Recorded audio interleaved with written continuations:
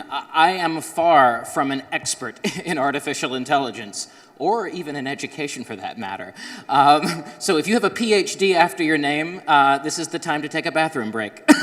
But what we're going to do is we're going to look at a very high level. Most of the things that I'm going to talk about have already been covered at some point during the day. I'm hoping this might just tie things together a little bit more. This will help.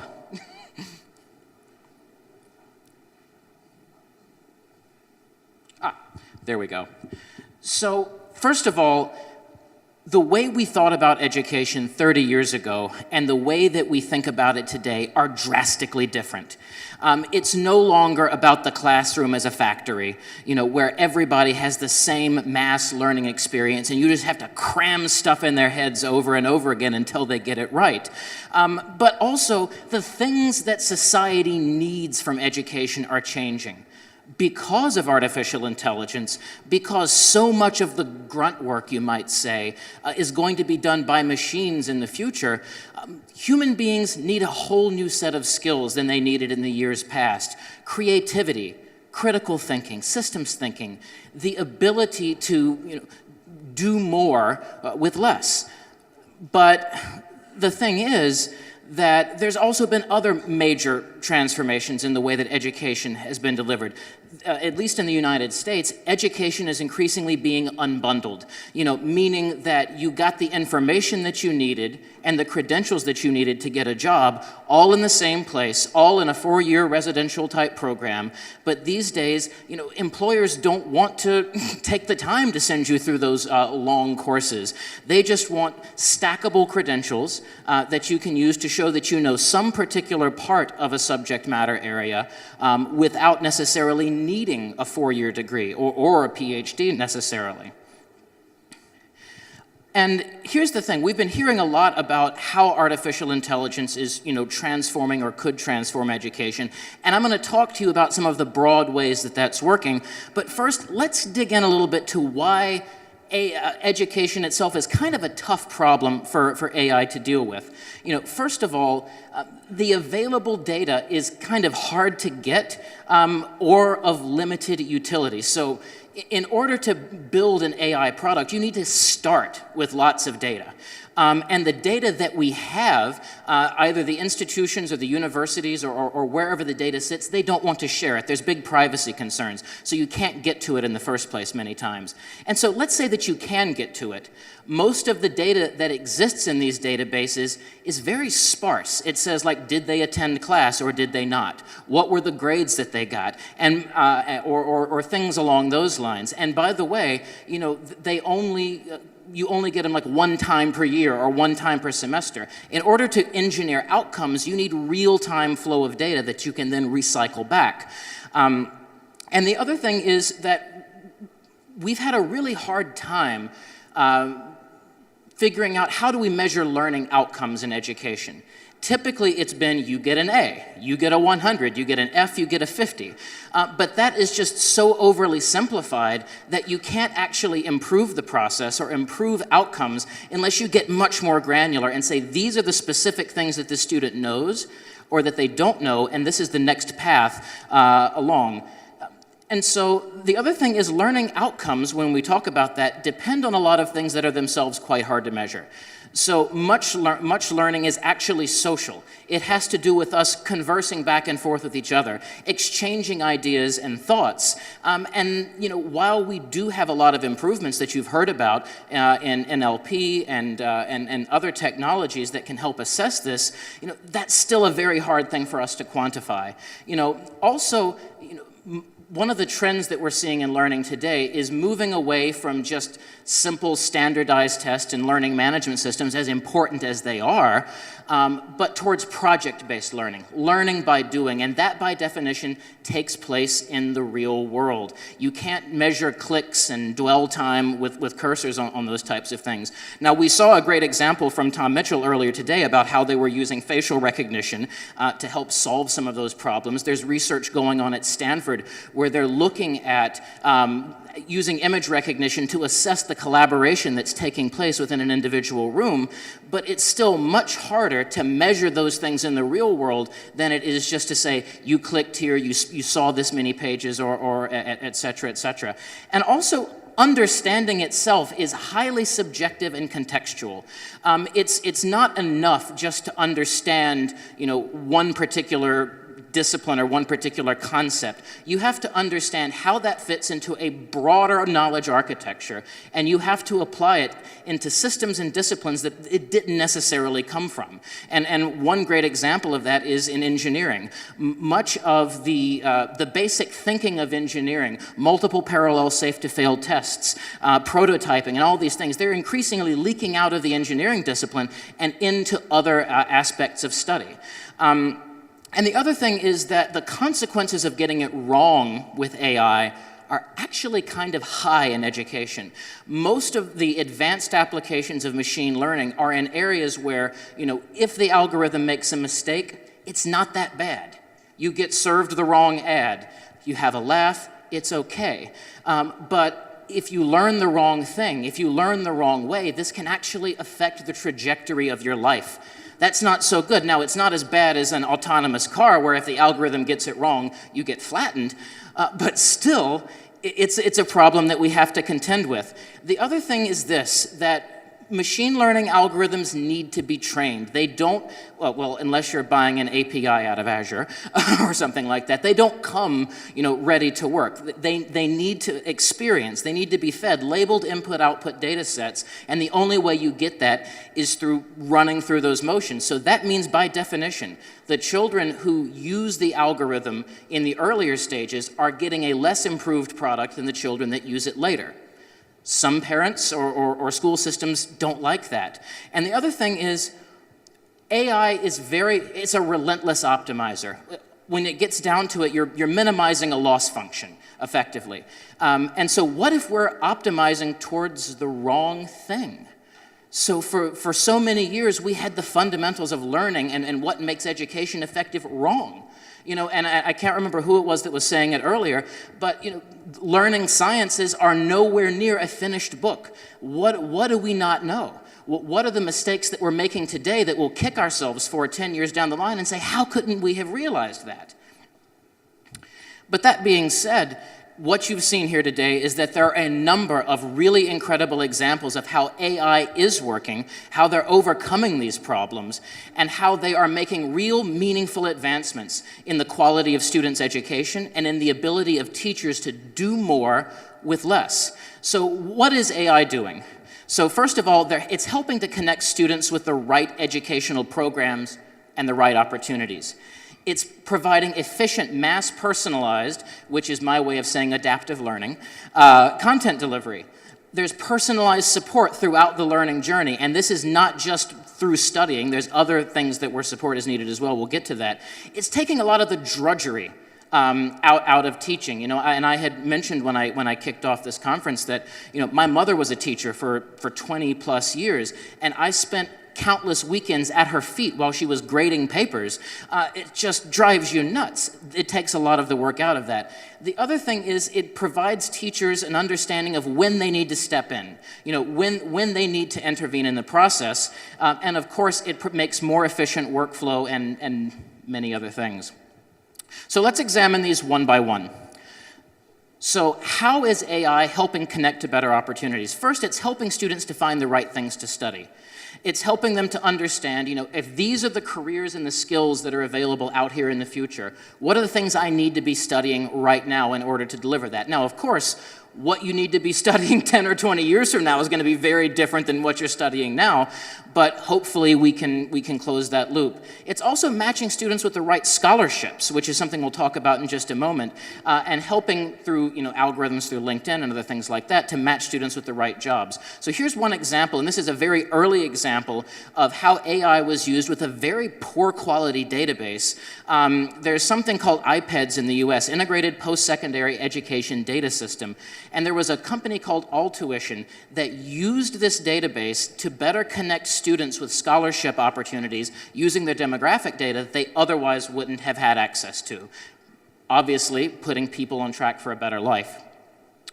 There's also, and this is kind of the core of what we've been talking about today, call it adaptive learning, call it mass personalized content delivery, but it makes it possible for a large number of students to go at their own pace without taking up more teacher time. But we've learned that if you give students the individual time and attention they need to succeed, they're going to do better. And it's not just about, no child left behind. It's also about what about the individuals who are ahead of the class. So in my instance, I was incredibly gifted in social sciences, in history, in language. I got perfect scores all the way down. If you just looked at that part of my life, I was a genius. But then when you looked at the math scores on my SAT, you would have thought, man, this kid hasn't studied in years. So what personalized learning would enable a child like me to do is to excel in those areas of social sciences, move further, not get left behind, while giving me the more personalized attention that I needed to catch up in mathematics. And importantly, the thing that I know attracted my mother to the teaching profession in the first place was the kids. The ability to touch people's hearts and to change people's lives. But by the structure of a classroom, when there's someone sitting at the front like me, talking to a whole bunch of people like you can get maybe a few seconds, a few minutes a week. And that doesn't necessarily fulfill teachers, and it doesn't give students the best experience. And one of the best examples of adaptive learning or mass personalized content delivery are our hosts at Squirrel AI. I won't go on too deeply about them because you've heard quite a great deal. The other thing is that AI can provide learning support throughout the process. So we've seen in Tom Mitchell's presentation and others about how different chatbots are helping students to navigate the learning process, answer routine questions. Again, freeing up teachers' time to do more things and move at their own pace. And it also can help provide additional relevant information. So what I mean by this, there's a great example called Sally Watson. The school this was implemented is skipping me at the time, but there was a large college course where the students were introduced to a teacher's assistant.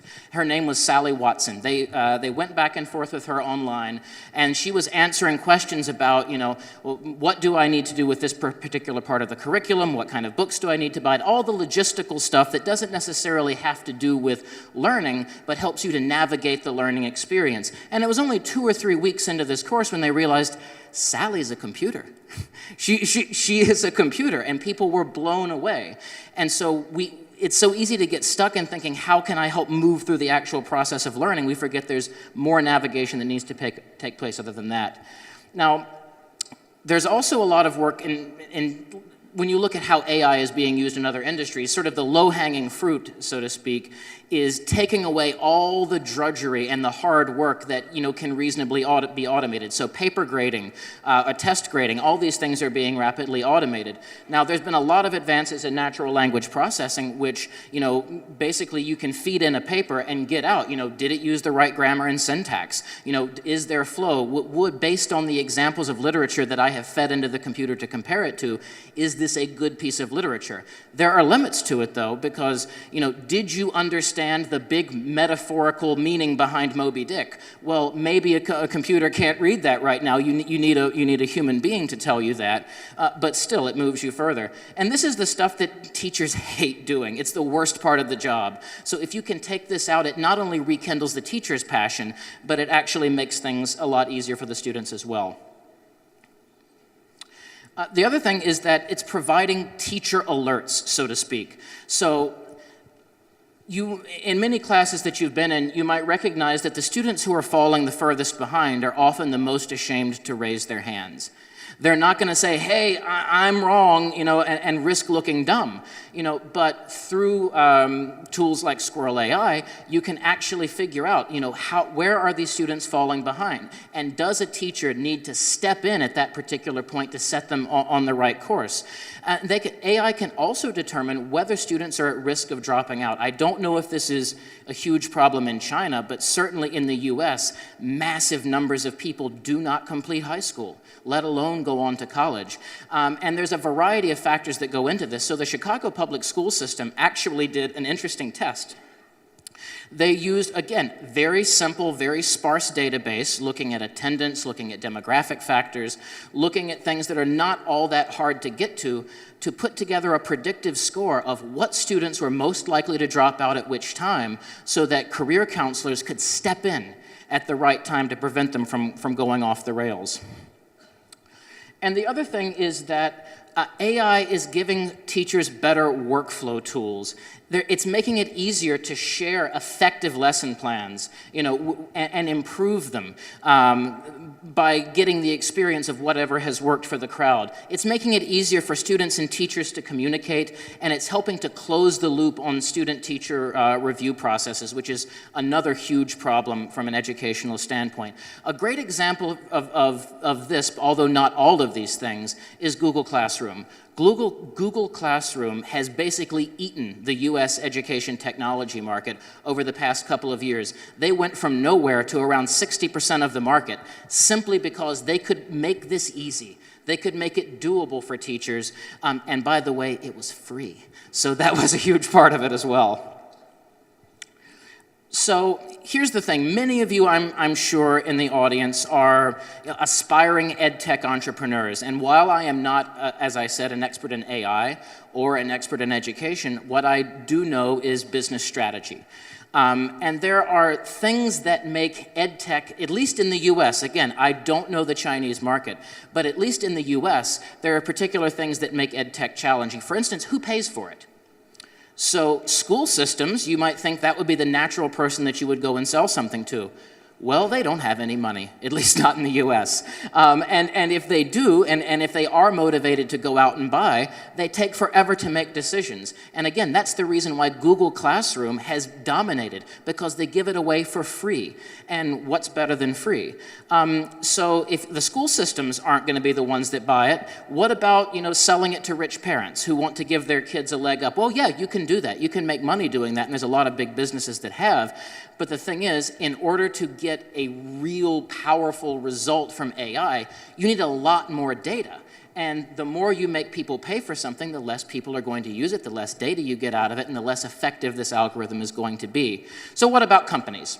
Companies have a very vested interest in having an educated and talented workforce, but they don't want to pay for it either. Because the nature of work has changed, people are jumping jobs, at least in Silicon Valley where I spent time, not even staying at places a year. Companies don't want to invest in training because all the money that they spent is going to walk right out the door. So what about nonprofits? Well, yeah, they can pay, but usually it's limited test case scenarios, and there's a lot of strings that come attached with that money. So how do you make money? So you can take a page out of Google Classroom. You can give the product away for free and monetize that through students increasing brand loyalty. So when the students who are using Google Classroom today grow up and they have the ability to buy phones, to buy computers, to decide what SaaS products they're going to use, they're already in the Google ecosystem. But of course, you have to have a lot of money to run a lot of losses to make that work. Or you could give the basic product away for free and sell upgraded features to wealthy parents who could afford it. That's certainly one way to do it. It might solve the problem. You could focus exclusively on corporate training. Now, this is what's been happening with a lot of MOOCs. There were huge promises, about, Coursera and edX, which are amazing institutions and programs, but the promise that they had at the beginning was to completely transform and revolutionize education, put all teachers out of business. It hasn't happened. They've refocused mostly on corporate training, and again, we just talked about why that's a difficult market to be in. You could focus on giving wealthy parents a leg up, helping their kids give a leg up, but again, you run into the same problems we talk about. So the other thing about this are cultural, not necessarily financial. So when you're talking about applying AI in education, these are our kids we're dealing with. This is the thing that we hold most dear. What, are you going to have a robot teaching my kid? This is scary. I don't want any part of that, parents will say. Or, what if the algorithm makes a mistake? When an AI screws up, it screws up in a way that no reasonable human would. And I don't want my kids to learn the wrong things or to learn things the wrong way. And also from a privacy standpoint, What's happening to my kids' data? Ooh, big issue. It's being resolved in Europe, at least in the US, we haven't done much about it. And teachers, here, another thing is, teachers don't see the value in this. They're afraid of having their jobs taken, and by the way, they have unions in the US that have a great deal of power to prevent things from happening. And of course, there's the raging debate about screen time and whether that's a good thing. So how do you address these fears in closing? First of all, you've got, at least in the US, again, I do not know how it is in China, but do you need to tell people that your product is about AI in the first place? Many times I would actually posit you don't. It's more important to tell them what it does, the outcomes that it achieves, versus the way that it achieves it. And that avoids a little bit of the fear in the first place. Also, you need to put the teachers at the center of the conversation. How can you help them? How can you extend them versus how can you automate them? You need incredibly strict privacy policies, including student ownership of the data. And there need to be human beings that are allocated. You need to make plans for this in your business plan, because you need humans to actually talk to these teachers, to help them understand the value, to help them understand the benefits. And of course, if you have data that shows improved learning outcomes, that helps.